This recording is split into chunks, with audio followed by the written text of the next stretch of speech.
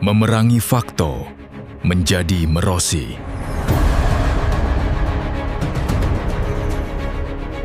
Indonesia disebut sedang memasuki babak baru pertahanan strategis. Satuan baru TNI menjadi sorotan, sementara pengembangan roket 2 tingkat diarahkan menuju target tahun 2029. Kalau benar terwujud, seberapa besar perubahan yang bisa terjadi pada kemampuan pertahanan dan teknologi Indonesia? Memerangi Fakto menjadi Merosi.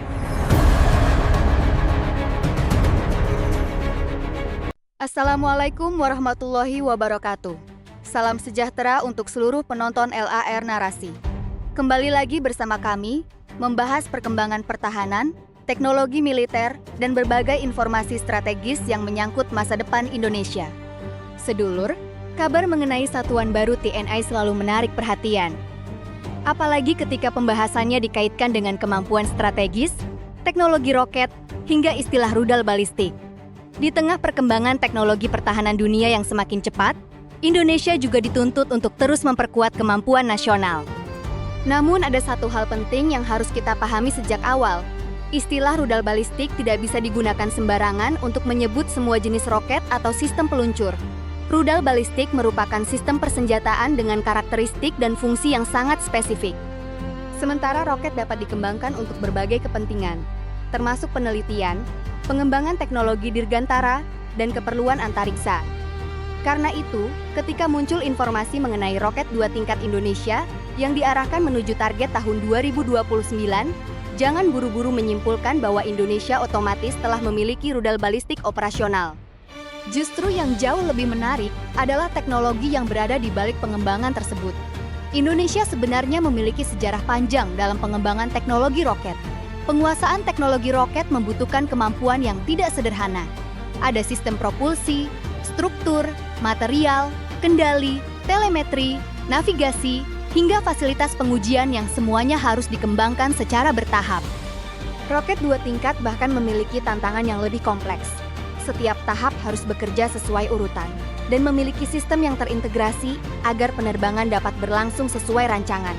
Artinya, pencapaian teknologi seperti ini membutuhkan penelitian panjang, pengujian berulang, sumber daya manusia berkualitas, serta dukungan industri nasional.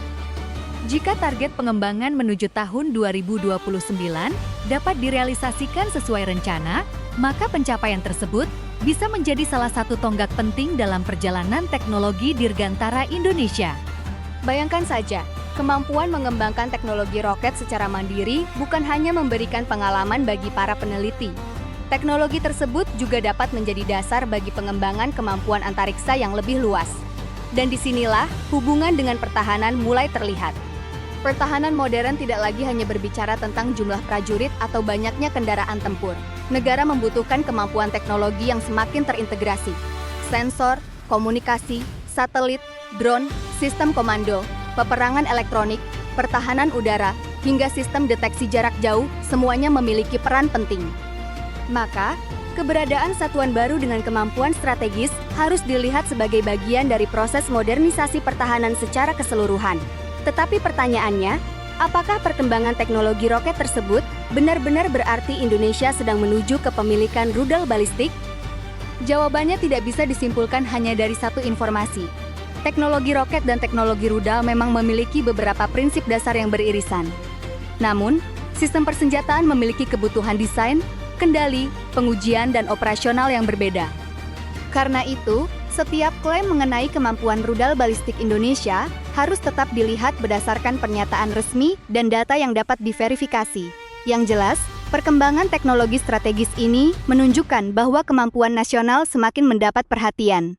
Dan kalau target tahun 2029 benar-benar tercapai, pertanyaan berikutnya akan menjadi jauh lebih menarik.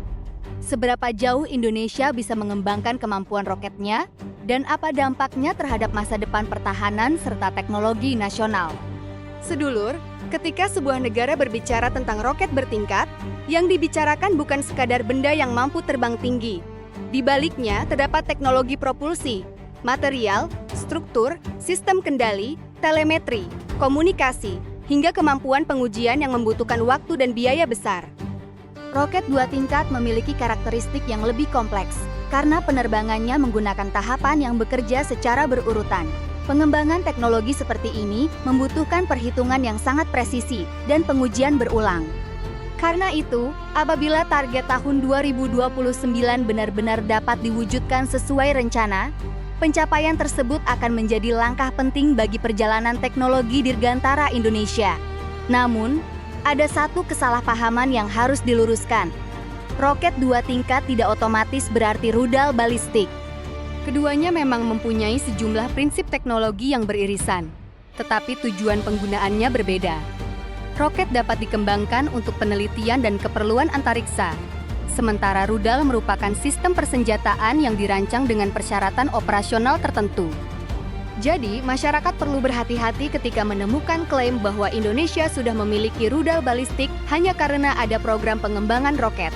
Yang jauh lebih penting untuk diperhatikan adalah kemampuan industri dan sumber daya manusia Indonesia.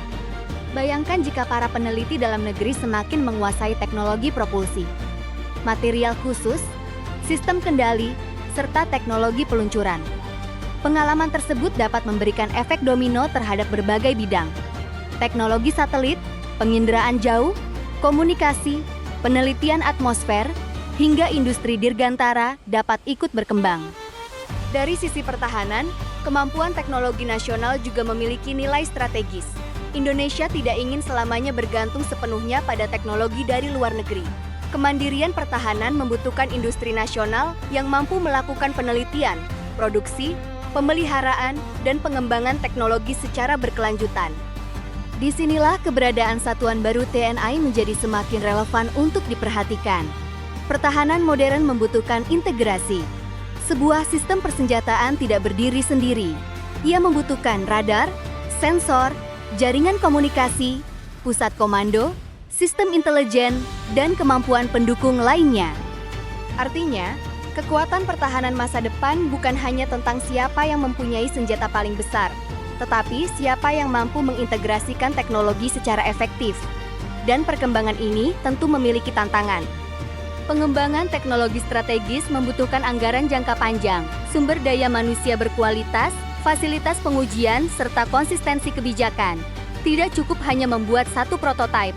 Teknologi harus terus diuji, diperbaiki, dan dikembangkan agar benar-benar dapat diandalkan. Karena itu, tahun 2029 menjadi angka yang menarik untuk dipantau. Apakah target roket 2 tingkat akan benar-benar tercapai? Sejauh mana kemampuan industri nasional berkembang? Dan apakah penguasaan teknologi tersebut nantinya dapat membuka pintu menuju kemampuan antariksa Indonesia yang lebih besar? Semua pertanyaan itu masih membutuhkan waktu untuk mendapatkan jawabannya. Tetapi satu hal yang tidak bisa dipungkiri, dunia pertahanan sedang bergerak menuju era teknologi tinggi. Drone, satelit, kecerdasan buatan, sistem sensor, peperangan elektronik, dan teknologi roket akan semakin memiliki peran penting. Indonesia tentu harus mengikuti perkembangan tersebut dengan tetap memperhatikan hukum internasional dan kepentingan pertahanan nasional. Jadi, daripada hanya terpaku pada istilah rudal balistik, jauh lebih menarik melihat gambaran besarnya. Indonesia sedang berusaha membangun kemampuan teknologi strategis yang lebih mandiri. Jika berhasil, manfaatnya bukan hanya untuk pertahanan, tetapi juga bagi masa depan industri teknologi nasional. Itulah mengapa perkembangan ini layak terus kita pantau. Jangan lupa subscribe LAR Narasi, aktifkan lonceng notifikasi, dan bagikan video ini kepada teman-teman yang ingin mengikuti perkembangan pertahanan Indonesia. Saya pamit, sampai jumpa di video LAR Narasi berikutnya. Tetap kritis, tetap cerdas memilah informasi, dan terus dukung kemajuan teknologi anak bangsa.